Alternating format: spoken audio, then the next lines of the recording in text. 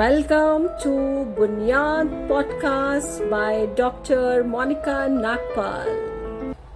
We did not inherit this world like this. Then how can we give this to our next generation in this form? We need to reflect mindfully on our core values and make conscious efforts towards protecting the planet and also achieve all sustainable development goals. With BUNIYAAD, I, Monica Nagpal, will bring to fore sustainability champions who are striving to bring back harmony with the nature and also dignity of each life. Namaskar दोस्तों, we are here again with yet another episode of BUNIYAAD, laying the foundation of sustainable living. And today we have with us young and dynamic Abhishek. Welcome, Abhishek. Thank you for having me, ma'am. So Abhishek is a lawyer and now he has turned himself into a social entrepreneur. He will now let you know what all happened to making it all. So I'll request Abhishek to please introduce yourself. So, first of all, I'd like to thank two people. First of all, you for having me on the podcast, and secondly, Dr. Ruby, ma'am, who recommended me to you. So, simply, I am a lawyer by education and a sustainability enthusiast by nature. So, right now, I'm working as a development sector professional for the past few years in order to make a small impact in this big world. So, if you ask me what drew me away from law was the potential of this hands-on and scalable impact I can bring in with the sustainability sector. Okay. That is a very short and sweet introduction he wanted to give. But I will dig more. That is what I do here. Because we have to go deeper. Yesterday only I was having a wonderful session with another person, another social entrepreneur, and she was very, very fond of telling that how it is good to go deeper than go wider. So I just picked that line here. Yeah, so he was a lawyer and doing well as a lawyer also. But then suddenly if something happened and he wanted to become a sustainable advocate. So what is that happened, Abhishek, in your life that made you to come into sustainability field? So, like if I think back, what led me to it? So there's no one event that led me to, choosing sustainability as a career, but rather a series of very small events. So if I have to go back, in childhood, I saw both my parents who came from villages, right? So they had a sense of natural uh, feeling towards sustainability because if you know everything in villages is sustainable, right? You are using that water twice or thrice. You are using the leftovers to feed your cattle and all of that. So I witnessed from very childhood how you can live in harmony with nature. Yes. So although they migrated to an urban setting, we had regular visits to our nani's place, to our dadi's place, and we used to see all of this. Hmm. And finally, when I was in college, uh, I started participating in different webinars and many workshops which dealt with the concept of waste management. Hmm. So that is where my interest even grew further in it. And I started, studying more about it. Hmm.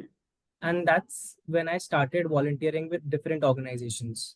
Hmm. I started with a NGO that was dealing with underprivileged children and Hmm. was also, working on uh, helping people to manage their waste. Hmm. And in that journey with volunteering, I started this NGO with another co-founder of mine. Initially, which started as as an entity which would, do awareness workshops and just go in colleges and schools and teach people about management of their own waste. Hmm. And finally, we realized that, environment awareness is not the only thing that we should do. We Hmm. should work on the implementation part of it. Right. you know just giving a talk won't let people into segregating their waste. You have to Absolutely. teach them what is Yes. waste, Yes. like what kind of waste can be recycled, what Hmm. won't be recycled, and how, like, is your waste organic or Hmm. inorganic. Hmm. This was just the tip of the iceberg. You then Right. go deeper into it. In organic also you have different types. In Hmm. inorganic you have different types. Hmm. You have to segregate in plastics, in metals, and then Hmm. if you go deeper into metals, there are different type of metals. Right. Right. That's how it all started.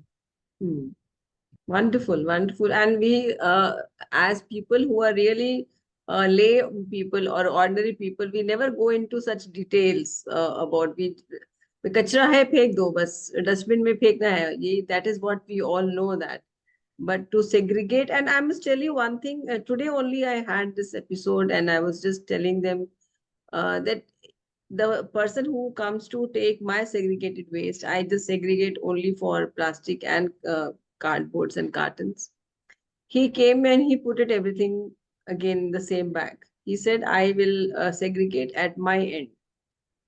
You are doing what you're doing, but it's okay. You can also keep it together, but I will do it again at my end and I will segregate it there. So I said, what's the point of me segregating then here if you have to again do the same activity again there?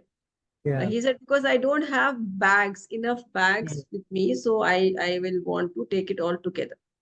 So, what do you think, Abhishek, that if such kind of a thing happens with us, like as people, we will be talking about people who come to take waste from our houses.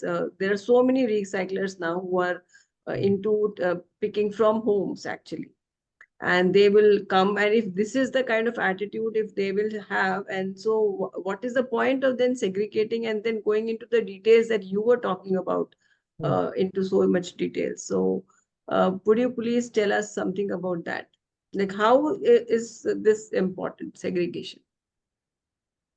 So, it's all about the small steps that you can take. Hmm. Uh, like, I'll give the example of my own house. We have a dedicated person who comes every day to collect Hmm. the waste. Hmm.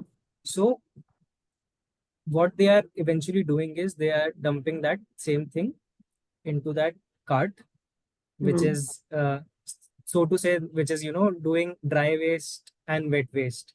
So, Hmm. what they're doing is they are collecting the waste and they're dumping it into that. Yes, yes. So, firstly, instead of talking to these people, or instead of because at the end they also have a problem, Hmm. right? They only have one card, they are only assigned one card. So we should think about how we can make their effort lesser, like how we can make them take less of an effort. So Hmm. what we can as individuals do is, we can segregate the cardboards, we can segregate the plastics, and we can keep them for 15 days or 20 days. And whenever we have a bulk of the waste, we can give it to the local scrap dealer. Hmm. And there are a lot of apps which are available, which will So also that those how. people only, Abhishek, from Hmm. those scrap dealer only, I had called somebody. He only took Okay. it together. Huh. He said, I don't have enough Hmm. like bag, so I will put it and I will segregate at my end in my factory, wherever they're recycling. So I was just wondering if this is actually these apps or these people are Hmm. really doing the thing or not. So I was telling, I will I will come to your place and see what you're doing there. Hmm. So So just checking on that because you are into really working at grassroots level. So are these people really working what they're saying? most of them are, because at the end they are here to earn money, Hmm. right? So they also have to sell the segregated waste only. So they'll Hmm. segregate the plastic bottles, they'll segregate the cardboards. Each material has its own cost. Hmm. So at the end, segregation has to be done. Yeah. conceptually and even practically, the best place to segregate is at source. Source only. That is what. Yes. So we have many models, in different cities which are Hmm. doing that. Hmm. Like even you talk with Dr. Ruby ma'am. Hmm. So in her colony also, this thing was Hmm. happening. So Yes. they they had to introduce a lot of different cartons for different wastes. And right now I visited her society. I've seen how this thing works. So what they've done is they've done two things. Hmm. First, if a person who's living there is not segregating waste, Hmm. they don't pick up that waste, Hmm. right? And this is the first thing that they're doing. And second thing is they're closely monitoring these people who are collecting the waste. Hmm. So what we as people should do is try to enforce these mechanisms on our own. And Hmm. if, like, we can ask the person once or twice and thrice, and after that what we can do is we can take some kind of an action, Hmm. right? So that they also understand where we are coming from. And at the end, you already segregated all the waste, so Yes. you made their job easier. Yes. Like I also don't understand why would that person just you know I was wondering too. yeah. Anyways, Yeah. so coming to our own, your journey in sustainability is that now that you quit your job as a lawyer, Hmm. almost, but you have been using that skill also in your own journey as a sustainable entrepreneur. You opened an NGO with your co-founder, and you are doing well there. And please tell us about the NGO which you have opened and how it is creating an impact in the society today. So, like, officially we started in 2019, Hmm. but before that we were conducting small workshops, just a group of people going to Hmm. schools and colleges and doing all of that.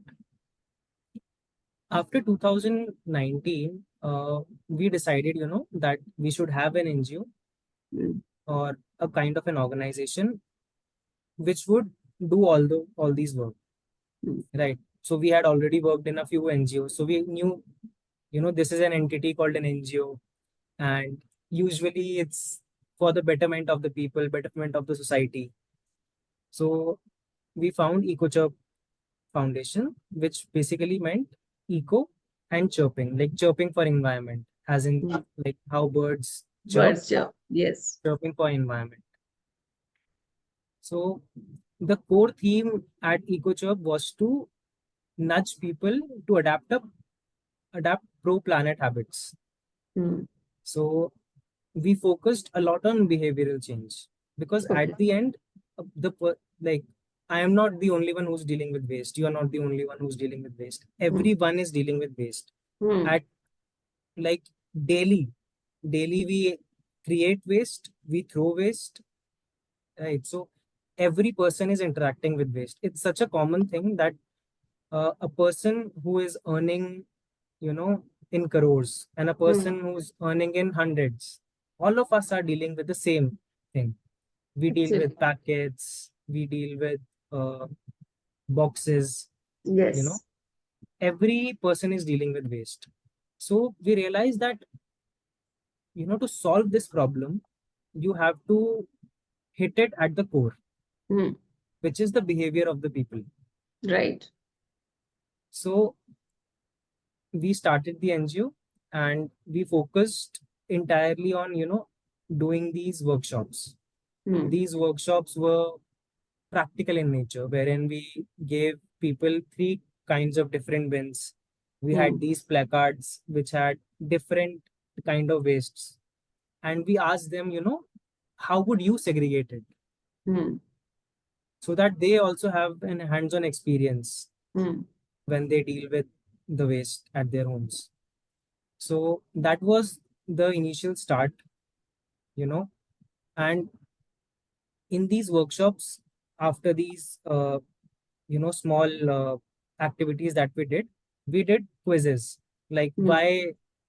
why did you throw this kind of waste in this kind of dustbin? Like, Right. what do you associate with this dustbin? Hmm. So that's how, we gave people some questions to ponder upon when they go back home. Right. The very interesting part of these workshop was people who were um, like, mostly people don't respond easily to these kind of things, but the children Hmm. who were attending the workshop were very excited and doing that kind of Absolutely. activity, and Yes. they were very open about how they were dealing with the waste at their homes. Yes. Right. So that's how the journey began. And after that, we, uh, you know, going deeper into the behavioral aspect of it, we started focusing on these garbage vulnerable points that are GVPs in Hmm. Noida. Hmm. So these are points where people see rubbish and they start throwing rubbish as well. Absolutely. And these places are like rampant in Yeah. Noida, in Delhi, everywhere that we go. Yes. So, and the funny part is people who are living there are doing that thing. Yes. Like They you are can, not bothered. They are not yeah, bothered. They're littering the place where they're themselves living. No. living, yeah. We give an example that even a dog will clean the place where it wants to sit, but as humans, we will litter the place wherever sitting and it doesn't bother us. Mm, And a very good point came out till what you have spoken till now is about the behavioral change. No, unless we are changing the people from their behavior, that is the core. No, mm, every time they are going because it becomes such habitual thing. You have to eat and then you have to throw, or you are whatever you are throwing. It is an you are working on an autopilot. Like it is so mm, habitual and so autopilot that you are not even understanding or you're not even mindful of what you are doing. So changing a person from the behavior is very important. And as you are youth now, youth is able to really connect with the children, so the children will actually connect. So I am really sure that your workshop really did well. Wonderful. That's really commendable. So, Yes. in this, we understood that people who are living there are doing this. Hmm. So, how do we make them stop? Like, how do we stop them from doing this? How can we clean that space? Because if I go and I clean that place alone or Hmm. with a few other volunteers, the other day we'll see, a pile of Same garbage. thing. Yeah. Yes. So we understood that we need to have participation from the community itself. Hmm. Because when people would do it on their own, Hmm. and the next time that they'll go there, they'll see that, I was the one who uh, picked up the litter, Yeah. the place is cleaner now. So they have Hmm. kind of an emotional connect to it. Yes. They have done that practically. Hmm. And And the this, responsibility comes, that onus of responsibility starts to yes, come. exactly. Hmm. Once you do it by your own hand, you feel responsible towards it. You have Yeah. that kind of emotional connect to that place. The Right. second step we took was, after cleaning that space, we used to beautify those spaces. Hmm. By beautifying, I would mean that, we used to gather up volunteers from the same society, same locality, and we used to paint those Hmm. walls, those areas. Hmm. So the added onus of responsibility was there. Like, Absolutely. not only I don't have to, throw the Hmm. waste, I also have to stop people from throwing the waste there. Yes. Yes. So Yes. that's how this evolved, and I'm really happy to share, like, uh, around we have done around 1 lakh square feet in Noida itself. Wow. Amazing. Amazing. In the last 2 years, we have completed this number. Wow. And this is a very unique and very nice idea that you beautify the place where wherever you are there, and then people will not litter. So I remember I was talking the other day also when we go to public places and people spit there, so they will put the tiles of God so that the people will not spit. So it is similar to that idea that you beautify the place, and that is how you can stop people from littering it again. And if the people who are beautifying are also the locals, then they will automatically be responsible for letting not anybody throw the litter there. Yeah, and you had joined hands with some companies doing that. Please share about that also. Yeah, so we partnered with HCL Foundation. Hmm. So this work in Noida, and Hmm. then we expanded that work in Greater Noida. Hmm.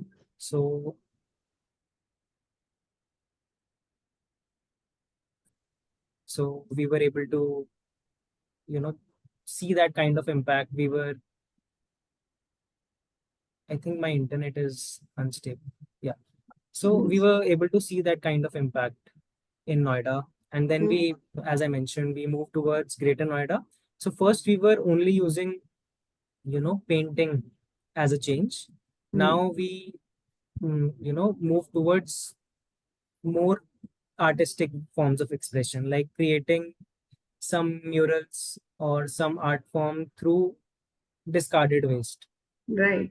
So that would include, bottle caps, that would include discarded old tires of Hmm. cars and, bikes. Hmm.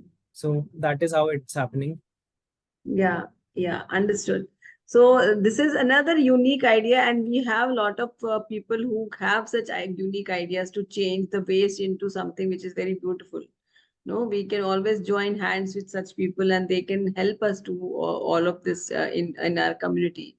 So now I would like you to share with us, as a youth and as a person who is having, because there are so many lawyers and there are so many people who actually go for jobs who will give them lot of good amount of money, and social entrepreneur is not their cup of tea, or they will not go for that. So what is the kind of message you would like to share with such people, that no, this is what is important also, before we go for the practical tips? Hmm.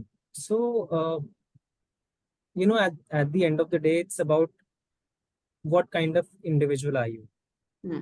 And it's not that people from, these kind of backgrounds, let's say engineering background or from a, law background, can't move towards these fields. There are plenty of opportunities that pay you well, Hmm. because I also understand, like, impact is one thing, but Hmm. finance is also a very big part of the decisions that we make. Absolutely. Right? And initially, when you start a career, you like, some people have responsibilities, some people don't have that much responsibilities. So uh, the simple point here is that if you try to find an opportunity in the Hmm. field, you get an opportunity. For example, if you work in the finance field, then you can work with any waste management company as an accountant, Hmm. or you can help uh, other companies as well, right? Hmm. Similarly, if you come from a law background, Hmm. then the policy part will play a very important role for you. You can work with think tanks who are working on the policies that, uh, Hmm. you know, that are made, that are set up for the grassroots. Right. You Right. come from an engineering background, then you can solve the problem of waste management through engineering solutions. Like, there are a lot of companies which are building machines that uh, recycling the waste properly. Right. There are people who are making machines that will segregate the waste. Yeah. So with sensors and all they will have, and they Sensors, can or segregate. yeah. Yeah. So it's the thing is that this this field will rise, because this problem will stay with us as Hmm. long as humans are there. This problem of waste will stay, because Yes. at the end we are dealing with materials that do not decompose easily. Right. And if we are working with these kind of materials, then we have to find unique ways that Hmm. you know that minimize the impact of uh, these materials. For example, uh, if we talk about plastic, so Hmm. plastic also has different grades. Yes. There is HDP, there is LDP, higher density polyethylene and lower density polyethylene. So with higher density, what happens is they can be easily recycled, and they are Hmm. 100% recyclable. Hmm. But let's say it's a, SUP, that is a single use plastic, or Hmm. a LDP. Hmm. In these cases, these these plastics are very difficult to recycle. Right. So we have to be very conscious Hmm. about what kind of plastics we are using. Using, You know, yes. if we talk about plastic, the invention of plastic was a very important step in our in our Evolution of lifetime. Yeah. humankind, yes, Yes. absolutely, because there are so many things which they made our life easy for so many things. Exactly. Yeah, but we didn't know that we are going to also invite hell because of them. It's just about the handling of the Hmm. plastic that we are doing. What we'll do, we'll consume something, we'll throw that thing out there. Correct, correct. I think we as humans only focus on, cause and effect. Like one Hmm. is the cause and the effect is I will throw. Hmm. We do not, bother about the next step that will happen, Hmm. because the thing that I'll throw there will eventually end up on a landfill. Absolutely. Or a water body or a landfill. Somewhere it will Exactly. go. Yeah, Yes. somewhere it will go. But we are only bothered about that one step. It was in my hand. Now it's on the Yeah, road. it has to go out of my house. That is the only thing Exactly. we are bothered about. After that, wherever it goes, it is not our problem at all. Okay. Another thing, Abhishek, I would like you to tell the audience is about it is not about social entrepreneur only in the waste management sector. What I'm saying is because we have so many SDGs. No, it is not about only this. And social entrepreneur is not only about waste management. It Hmm. is about like for quality education. You were going and taking workshops with children. Hmm. So educating the children on the SDGs is also a kind of a thing which can be more impactful in schools or in colleges. And you can start young yourself. Like even if you are working, not working, you are just studying in a college, and if you have that kind of a mindset, so you can really start to create that impact from that stage onwards itself. Hmm. Because okay, awareness is not everything, but awareness is the starting point. We have to get awareness somewhere, and that Hmm. as a small child or as a youth, you can start from there. And that is what you did, because you started with awareness and then you skilled yourself and upskilled yourself, and you really learned the intricacies and nuances of everything, and that is how you were able to form your own NGO, and then you are where you are today. So very very congratulations for that, that you have really made this kind of an impact in the society, and I'm wishing you all the best for that. One last message for the youth and a few practical tips, if you can take. We've already given a lot of tips actually, but still, if you think there is something which you want to really tell the youth, especially that Hmm. how they can have that kind of a mindset, and a small message in that. So I will go back to one thing that you mentioned about being mindful. Hmm. So we have to be very mindful and very conscious of our actions. Hmm. And you know, I find it funny when people say, I as an individual can't make an impact. I as an Hmm. individual, I don't have that kind of significant impact on the planet. So why Hmm. should I do it? Why should I even bother thinking about it? Yes. But it's funny because every small part that you will play Hmm. will have an impact on the planet Yes. eventually. And if you take one action, that will inspire you to take another action, and Hmm. slowly and steadily you'll inspire other as well. Yes. So if we talk about SDGs, that are, there are 17 SDGs. A few of them particularly focus on, climate. A few of Hmm. them focus on clean water, Hmm. sanitation, and responsible consumption, Hmm. climate action. And there are a few which deal with life on water, life Hmm. in water, and life on land. Right. When we start talking about sustainability, we make it very complicated, Hmm. but in reality it's very basic to human nature. Yeah. And especially in a country like India, where various cultures have had a lifestyle that has a close connection with nature. Yes. We worship our rivers, we worship our forests, our animals. Uh, in fact, the per capita carbon footprint of India is 60% lower than the global average. So that Hmm. tells us that you know we essentially are sustainable. Hmm. It's just that we need to, go back to the basics. The basics Absolutely. are a few traditions, not all of them, but the Hmm. traditions which will help us, uh, go further in this direction. A few practical tips would be very small things, like very small changes. For example, if you, go out for having a lunch, Hmm. what you will do, you'll mess up your hands and you'll start taking tissues. Yeah. You'll take one tissue, two tissue, three tissues. And when we are taking, we think that this is not, such a big impact.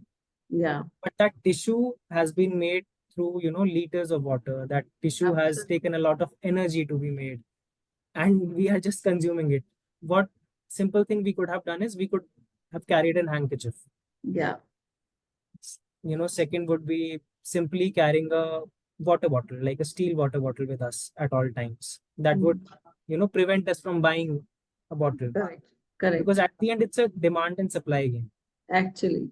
If you demand for it, you will be supplied, and you can't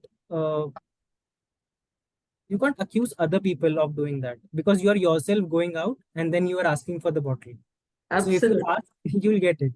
Yes, absolutely, absolutely. Yeah. This is amazing. And I really appreciate, Abhishek, that we really appreciate that there is a youth here and there is a hope. When there is youth, there is hope. That is what I feel. And we need really youth like Abhishek who have that sensitivity towards the problems and issues which are happening in the world. And very rightly said by, and very beautifully said by Abhishek, that we in India already are having these values. No, our values itself are very sustainable. So if we are going back to our roots, because we got influenced by so much of the cultures outside, and if we are now going to rid that, because India is growing, and India is growing to be a power which has it is growing because of its own values. It is not because of the influence of what happened. It is not because of the technology that we got, but it is all because of our values that we have. So if we can go back to our values, I'm sure we can be the sustainability capital of the world then. And we can give a lot of models to the world to copy. So thank you so much, Abhishek. It was really very, very wonderful. And I really loved your patience and I loved your कहते हैं ना ठहराव है आप में एक. In spite of being a youth, you are so mature and you are so to the ground and you are just grounded and anchored. And that is what the quality of the youth we really need. We need that enthusiasm, but we also need that groundedness, which you already have. And that is what makes the youth the power, the superpower of India, because today India is the youngest nation. And thank you so much for being part of that pool that we have here. So I really appreciate Abhishek for being here on the show. And I'm also calling out on many more youth who can come here and share their own takes on SDGs so that we can continue to create a ripple effect for awareness. That starting point and share your own practical tips here so that people will take this back and start on the journey of sustainability. If you are interested, you can just DM me and I will be able to contact you. Thank you so much, Abhishek. It was a pleasure having you. Namaste. Thank you so much, ma'am. It was a pleasure talking to you.